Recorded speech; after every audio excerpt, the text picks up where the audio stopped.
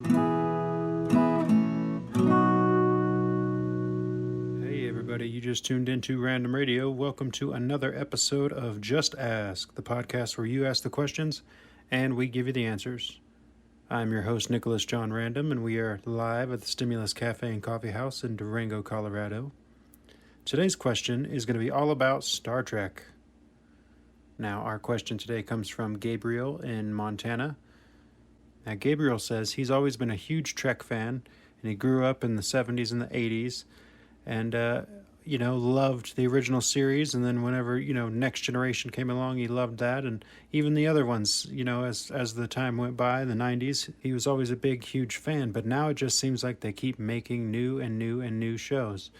And some of them he hasn't given a shot yet, and he's wondering what the deal is with them. We got all these new shows coming out on Paramount Plus is this new app that there's always a new app.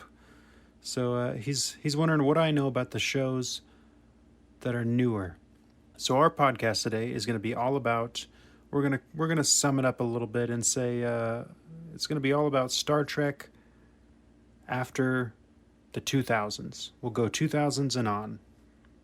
So where do we begin? Well, for starters, just so you understand exactly where we are, like I said, there's been a lot of Star Trek. Star Trek has been around for a long, long, long time, and it's been a long-running show. You have all these different spin-offs that have been going on forever. The original show aired from 1966 to 69, and since then it just keeps on going. We've got tons and tons of shows. We've made movies. We've made cartoons, we've made all sorts of crazy stuff, and it just keeps going. And from what I understand from Paramount, it's just going to keep going. So yeah, let's just start. We'll just start off simply. So they made the original series in 1966 to 69. They tried to come back and make an animated version of the original series after that for a few years. They made Next Generation, which is a lot of people's favorite. Jean-Luc Picard, Patrick Stewart, one of my personal favorite shows. They made Deep Space Nine, they made Voyager, they made spin-offs. Deep Space Nine was about a space station, and Voyager to me was very similar to Next Generation and the original series in the sense that it was its own show. It was like Deep Space Nine was, you kind of took some characters from Next Generation and you were like, what if we just took them over here, and they're not on a ship anymore. Now they're on a space station. And Voyager was its own thing. It was its own ship. They were in a whole new part of the galaxy we didn't know anything about. And it was this whole thing. So I liked all of those shows. I think they were wonderful. But we're not going to talk about that. We're going to go from the 2000s on.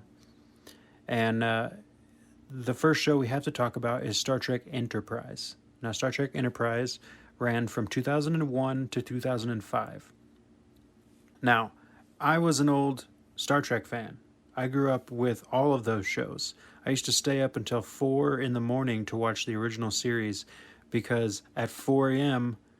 I'm not as old as a lot of Trek fans, but I am getting up there. So there was a time when the original series was in syndication, and it was on TV Land, which is kind of like Nick at Night. It was Nickelodeon channel, but it was it would play I Love Lucy and Gilligan's Island and Star Trek, the original series of Star Trek, would play at 4 in the morning, and they would play a couple of shows. And I stayed up, and I loved that stuff. So I've seen every episode of Star Trek ever made, along with every movie ever made, up to a certain point. Now they keep kicking them out, so I haven't seen every single thing that's come out now, but we're going to talk about them because I have watched a little bit of everything that's come out. I just haven't seen all the new stuff because it just keeps coming out, and that's one of the reasons why we're doing this question is people want to know exactly, Gabriel wants to know exactly what's going on. So we'll start with Star Trek Enterprise. Now, as an old school Trek fan, I have to say, in 2001, when they said they were making this show, I was not stoked, and neither were a lot of Trek fans, because the idea behind the show was a prequel, and at that time, it seemed like Hollywood had just run out of ideas. And they were just like, oh, we'll make sequels and we'll make prequels and we'll do all this and that. Instead of coming up with new original ideas, we'll just make prequels. We'll just do that thing you really love. We'll just see what happens before that or after that. And it was just like, Star Trek is an important part of a lot of people's lives. It's super nerdy, but it's been around forever, and a lot of people really, really love it. So you have the fan base is really, really hardcore. So messing with that is not always a safe bet. So when they announced Star Trek Enterprise, this show was going to come out, people were kind of upset about it, and people like me didn't even want to give it a shot. And I didn't give it a shot for many, many, many years. I think 10 years, actually. I think the show had been out for 10 years before I decided to watch it. Because I grew up with the show, and I didn't want it to be ruined. Because the idea behind it was, so they finished Voyager in 2001. And, the technology in 2000 was, it was 90's sci-fi technology. So, it looked just like Next Generation. Next Generation was from 87 to 94. And it had, it was a little updated, but it was still relatively, it was 90's sci-fi. It was okay. It was good. It wasn't too flashy. But by the time the 2000s came around, CGI was extremely popular. And you had all this, everything was shiny and new when it came to sci-fi. So the concept of the show Enterprise is that it's the start of Earth's journey into space, basically. Yeah, so it takes place before anything has gone on as far as the original series or anything, like hundreds of years beforehand. It's there's no United Federation of Planets yet, none of that stuff. It's just guys on the first missions out into the universe. It's the first guys who have warp drive capability, and they can go out into the universe now. And we brought in, they wanted to give the show a little, chutzpah, so they brought in Scott Bakula, a veteran sci-fi guy from Quantum Leap and stuff like that, to play the captain. And there's a couple of actors they brought in from Stargate who do a great job. One of the female leads and one of the male leads that do a great job, and a bunch of other actors that are phenomenal. The show itself, once I watched it, I didn't give it a shot for many, many years because, again, I'm old school Star Trek. But once I watched it, I was actually pleasantly surprised. The only thing I wasn't a huge fan of was, and I love Scott Bakula. I love him as a person. But when how do I describe this? He was having too much fun. He was enjoying himself too much as that character. He forgot to be the character, and I feel like he was just being himself. A little too smiley. If you've ever seen like Jonathan Frakes, otherwise known as Number One from Star Trek Next Generation. Great job in Star Trek Next Generation. But if you've ever seen him now, present day, he acts every once in a while in things just for fun. And he's a writer and a producer and all this kind of stuff. And every once in a while, he'll be an actor in something he's written or is just around for, doing cameos or whatever. And he's all smiles. It's just all smiles because he's just living his best life now. He's not trying to be an actor anymore. He's just enjoying himself. And, it doesn't work as far as acting goes. And I think Scott Bakula had a little bit of that trouble where he was just enjoying his life. He was back in a major sci-fi production television show. He was enjoying his life. So he's a little bit too smiley. Other than that, the show was surprisingly great. It was really, really good. Again, I don't think it had the fan base backing because people like me didn't give it a shot because we were like, wait a minute, how are you going to do a prequel to Star Trek original series? So this is way before Captain Kirk and stuff like that, but we have all the modern technology of now. That's going to look terrible. It's going to look ridiculous, the original series makes sense because it's all grainy and old school and rough from the 60s, and you're going to go before that. Not only before that, but like way before that. How does that work? Well, they did a really good job, actually. They did precisely what they should have done. They didn't try and remake the wheel. They didn't give them a ship that was anything like the original series or any of the gizmos. They basically gave, their ship is like a military submarine. It's not flashy. There's no holodecks. There's none of that stuff. And they're eating regular food. Nothing is fancy. They don't have synthesizers. There's no fancy stuff. During the process of the show, they invent photonic torpedoes and stuff like that. They're inventing this stuff. It's a slow process, and their ship, it's like a submarine. It's like military quarters and things like that. It's not fancy and not comfortable and very military-like. And I think they did a great job. I normally don't like military-like shows, but they did a really good job of establishing, no, it takes them a little while before they get to a comfortable place where they're all wearing velour uniforms and skirts and have replicators and holodecks and things like that. It takes them a long time to get to that place, and they do a great job of telling that story a little bit. Also, here's one of the reasons I really actually liked the show Enterprise. Towards the end, in the final season of Enterprise, they had found out that the writers found out that they were going to be canceled. And I think they had a couple of episodes written already, kind of just holding off, because there's a couple of things they wanted to resolve when it came to the original series, that they had already written these episodes, but when they found out they were going to be canceled, they went ahead and they're like, okay, we got to use these episodes now or we'll never get them out. And so the last season in 2005, they sum up a few things in that season which do a great job. There are two big loopholes in Star Trek, the original series and Next Generation, that people who love the show barely ever bring up. And when they do bring it up, they just chalk it up to, well, is the difference between the 60s and, the 80s and 90s as far as technology goes, as far as makeup and things like that. We'll just talk about one of them. I'm going to talk about one of these. There's been a big, giant loophole when it comes to Star Trek when we're talking about the Klingons. So if you ever watch the original series, you see the Klingons, they show up, and they are very, very different from the Klingons that show up in Next Generation. Now, as far as their aggressiveness and their militariness and stuff like that, yeah, similar attitude. Their costumes are a little different, but more importantly, they don't look anything alike the Klingons from Next Generation.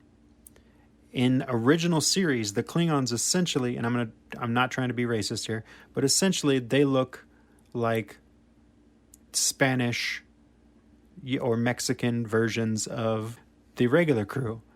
They they have dark hair and funny mustaches and big dark eyebrows, and their skin has clearly been painted brown. So they kind of just look like Mexican or Spanish regular guys. That's it. That's the only difference. But when you go to Next Generation, all of a sudden you have these guys who are essentially black. Most of them are black. And they have these huge ridges going up their forehead, these forehead ridges. You got Lieutenant Worf, big giant forehead ridges, big head, and new uniforms and stuff like that. But it's a huge difference. And they never, ever really explained it. They did one episode in Next Generation where they go back in time to the ship of Kirk and the original series, and they kind of took some of the footage and mixed it around and had fun. It was a great episode. But there's a scene in which everybody's sitting at the mess hall and Worf is there sitting at the mess hall, and somebody looks over to Worf and is like, that's a Klingon? What happened there, Worf? What exactly is going on? And Worf gives a one-liner where he's like, it's just a part of Klingon history we don't talk about. That's it. That's the only thing that's ever talked about when it comes to that, the difference in those guys. Well, in Star Trek Enterprise, the show, in one of the last couple episodes, they do a great job of summing that up, of explaining that little scenario of why there are Klingons who look like humans in the original series, and they don't look like that in any other Star Trek ever, just the original series. They created this very plausible scenario that makes a lot of sense and is done really well. They also sum up one other thing, but I'm not going to get into that because it's too complicated and too weird. But they did a really good job with the show itself. I really liked it. Now, after that, that show ended in 2005. We had a long break of shows. But they did start to make movies. In 2009, they kind of tried to do this reboot scenario, and they made these 3 movies. And they had Star Trek, they had Star Trek Into Darkness, and they had Star Trek Beyond. Now these movies I thought were pretty good, with a couple of exceptions. I thought the movies were pretty good. The actors that they got to play the Star Trek crew are all phenomenal actors. Everything looked pretty darn good. And even for the nerds, they did a great job because, again, you don't want to reboot this stuff. These nerds, these fanboys are going to get pissed at you. So when they decided to reboot it, they gave themselves a little clever way out of changing everything by calling this a new universe. It's referred to in the lore of Star Trek as the Kelvin timeline, because in the very, very beginning of the movie, there's a scenario where basically a black hole opens up and some stuff happens and it completely changes the timeline. In other words, a completely alternate universe is created. Because they did that, it allowed the movies to kind of do whatever they wanted to. Because if a fan ever got upset and was like, hey, you can't do that, you can't do that, you can't do that, they could just be like, no, dude, it's okay. Like, this is a totally different universe. We can do whatever we want to. You know, we're not messing with the original universe, the original, series or any of that kind of stuff. This is because they did that thing in the very, very beginning of the movie. It's a totally different universe from here out in these movies. And I thought that was really clever. That was really, really smart. And it gives the fans an out when it comes to anything that they were doing that they didn't like. I loved the movies. I thought they did a great job. Other than the second one, I'm going to say one thing, and if you haven't seen the movie, I apologize for what I'm going to say, but I'm just going to say it. The second movie brings in a villain that we know very well in the Star Trek universe, Khan Noonien Sung. Now, here's the thing. They brought in Benedict Cumberbatch. I don't know if I really actually pronounced his name right. To be honest, I don't think anybody ever has actually known how to pronounce his name. But he is a great, phenomenal actor. We all know him very well from Sherlock and Doctor Strange and a bunch of different things. He's been a pretty darn good actor. And I will say this, he does a phenomenal job acting in this movie. He does a very scary job playing the bad guy in this second Star Trek movie that they made. What I will say is this. He's playing Khan Noonien Sung. Now, if you know anything about the Star Trek lore, and I imagine you do if you're listening to this podcast about me talking about Star Trek, you know the whole scenario with Khan. Khan was supposed to be, from a time after our time in human Earth history where genetic manipulation was going on and they were creating superior men through genetics, stronger, crazier men. And he became a ruler of 1/4 of the Earth. He was this dictator that was genetically created. And if I remember my lore correctly, the area in which the 1/4 of the Earth that he ruled in his time was mostly Asia and in areas around that, India and things like that. So generally you wanted to pick a guy, and his name is Khan Noonien Sung. So generally you wanted to pick a guy who is, how do I say this, ethnic, at least ethnic. Because, okay, so the original series, they got Ricardo Montalban to play Khan Noonien Sung. Because with a strange little hair thing he had going on, long ponytail hair, and his dark complexion. Now, he's Spanish and Mexican descent, but he looked like he could have been a genetically engineered, Middle Eastern guy. That was the look they were going for, and they did a great job with it, and he was a great actor. But, and it fit the name, Khan Noonien Sung. It made sense. When you brought in Benedict, you kind of threw everything out the window. And again, he did a great job. He did a phenomenal job acting in the movie. But he is so an English white guy. He's a super English white guy. He does not fit that name or that character in any way, shape, or form. So I thought that was a little weird as far as the hiring choice goes. But he did a good job in the movie. It was just a weird choice. It was a weird choice to hire an English white guy to play Khan Noonien Sung. Moving on from that, other than that, those movies were pretty good. So, okay. So, like I said, after that, we weren't making any shows. while all three of those movies were made. There was no shows. So Enterprise ended in 2005. Star Trek, the first reboot Star Trek movie, that was the whole Kelvin timeline thing, was in 2009. They made another one in 2013, and they made another one in 2016.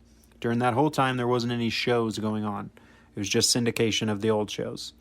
So in 2017, CBS was given the rights to create a new show called Star Trek Discovery. Now again, just like Enterprise, this was designed to be a prequel, but not as far back as Enterprise. Enterprise did a great job in which they went so far back that it wasn't going to look anything like the original series. You know, it was, like I said, it was more military, boxy vehicle, not as many cool gadgets and stuff like that. Discovery was just like, no, we just want to go right before the original series. So we're going to have characters like Christopher Pike and Spock and things like that on Star Trek Discovery. Now, here's the thing. This show was not Star Trek. People can hate me for my comments all you want, and that's fine. You don't have to listen to this podcast. But I'm going to tell you this. Discovery was not Star Trek. There are so many actors in this show that are phenomenal actors that I really, really like. And they all did a great job acting. But the show is not Star Trek. It's basically like somebody had heard of the concept of Star Trek and then completely redesigned everything. It was what basically every single Star Trek fan ever has always been afraid of. That somebody would get a hold of Star Trek and completely redo it and leave no original traces. So you have this ship that is bonkers crazy sci-fi. They take no care. It's supposed to be before the original series. And they take no effort whatsoever in wiping clean the idea that new technology would exist. They have a type of ship in Discovery which is supposed to prequel any of those other shows.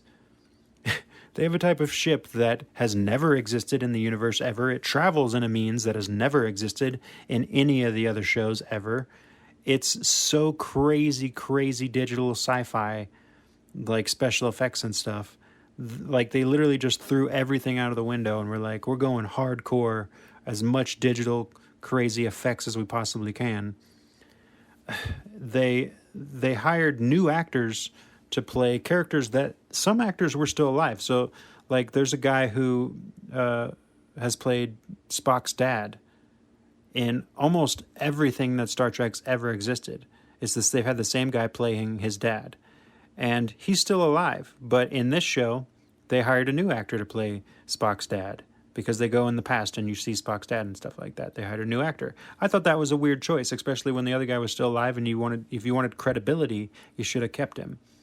They did have an actor who plays Christopher Pike who did a great job, and he looks very similar to the original Christopher Pike from the original series.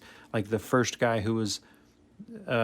when they originally made Star Trek, they made a pilot with this guy, Christopher Pike, this character, and the show runners didn't really like it, so they switched it up and you ended up with Captain Kirk.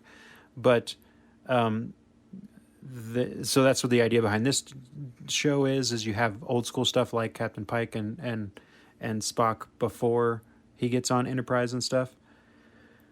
But the show itself is, I hate to say this, but it's garbage. It was like you took all the ideas, the characters and stuff like that of Star Trek, and then ripped them to shreds, created your whole new sci-fi crazy world with all new ships, all new weapons, all new special effects and everything like that, and concepts, and did your own thing completely, whole new completely storyline. And then you made it like an action, like it's not even a show anymore about interesting things. It was essentially an action show, like just action, like an action flick version of Star Trek with none of the original stuff. You also in Discovery, they completely redesigned the Klingons entirely. Completely new design, like completely and utterly different than any other Klingons we've ever seen ever. Totally different. I thought that was a bad move. They just went their own way. So I watched. This show is still going. Star Trek Discovery is from 2017 to present. It's still on air. I watched the first 2 seasons of this show, and threw it out the window. I can't keep watching it. It's garbage.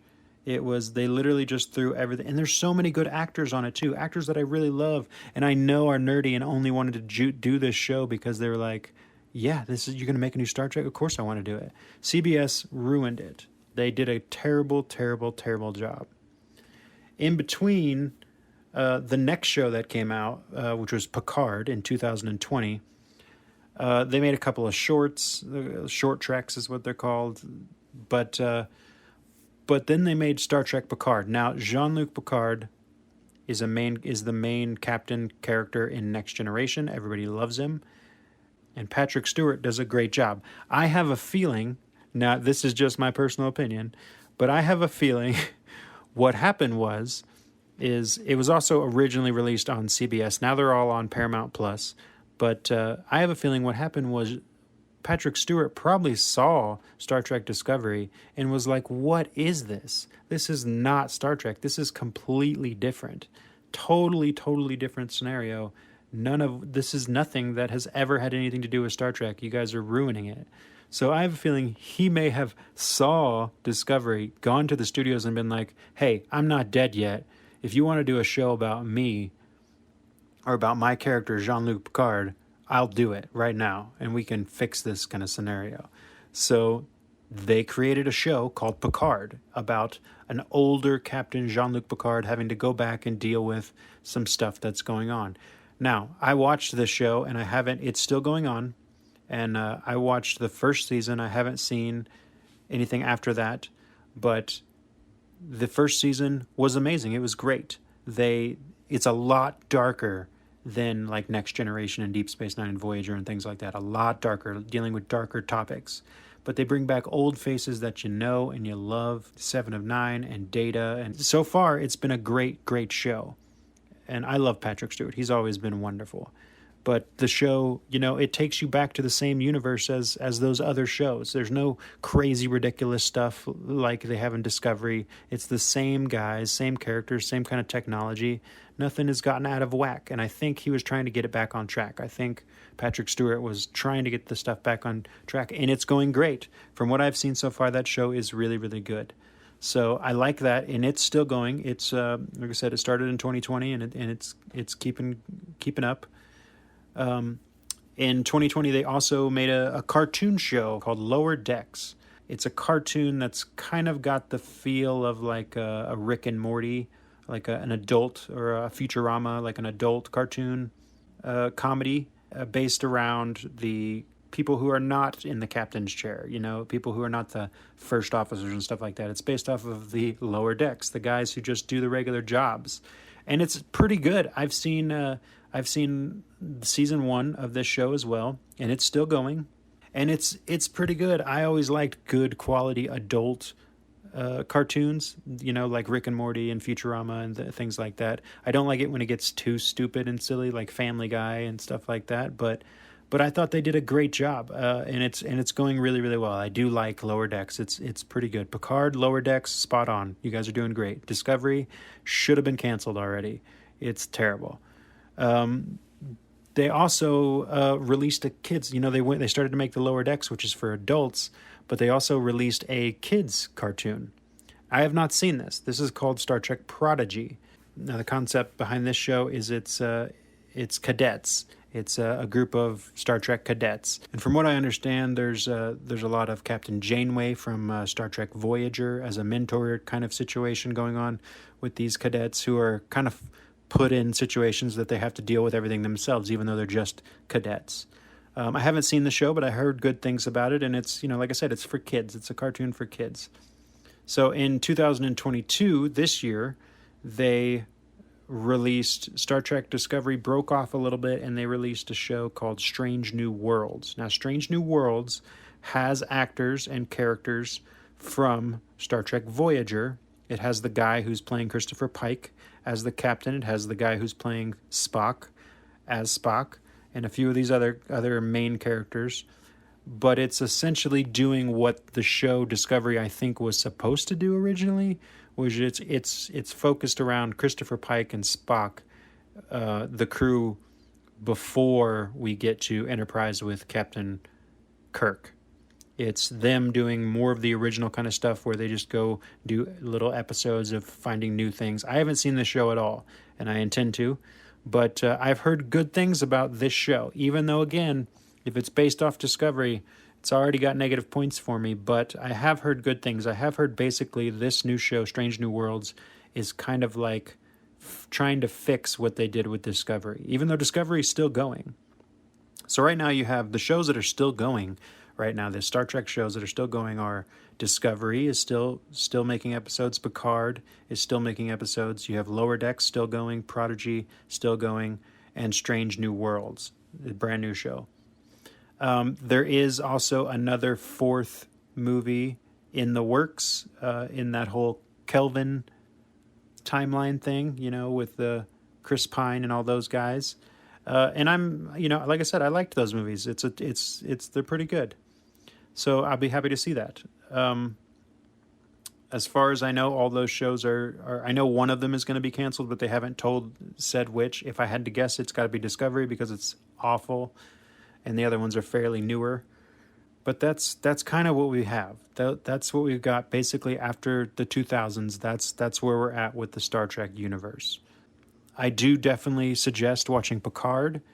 I do definitely suggest watching Lower Decks. I haven't watched Strange New Worlds yet, so, and like I said, it's based off of Discovery, so I'd hold your breath on that one. Enterprise was great, and now that was more than 20 years ago when it was started, so definitely go back and watch that if you're, a Star Trek fan.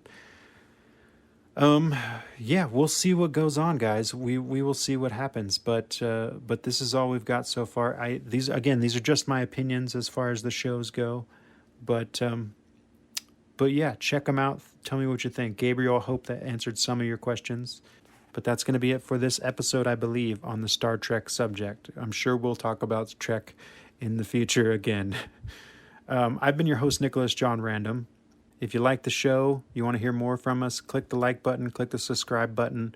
If you want to, check us out, you can check us out on Facebook, check us out on our YouTube channel here. We got tons and tons of episodes, and we're just going to keep coming at you.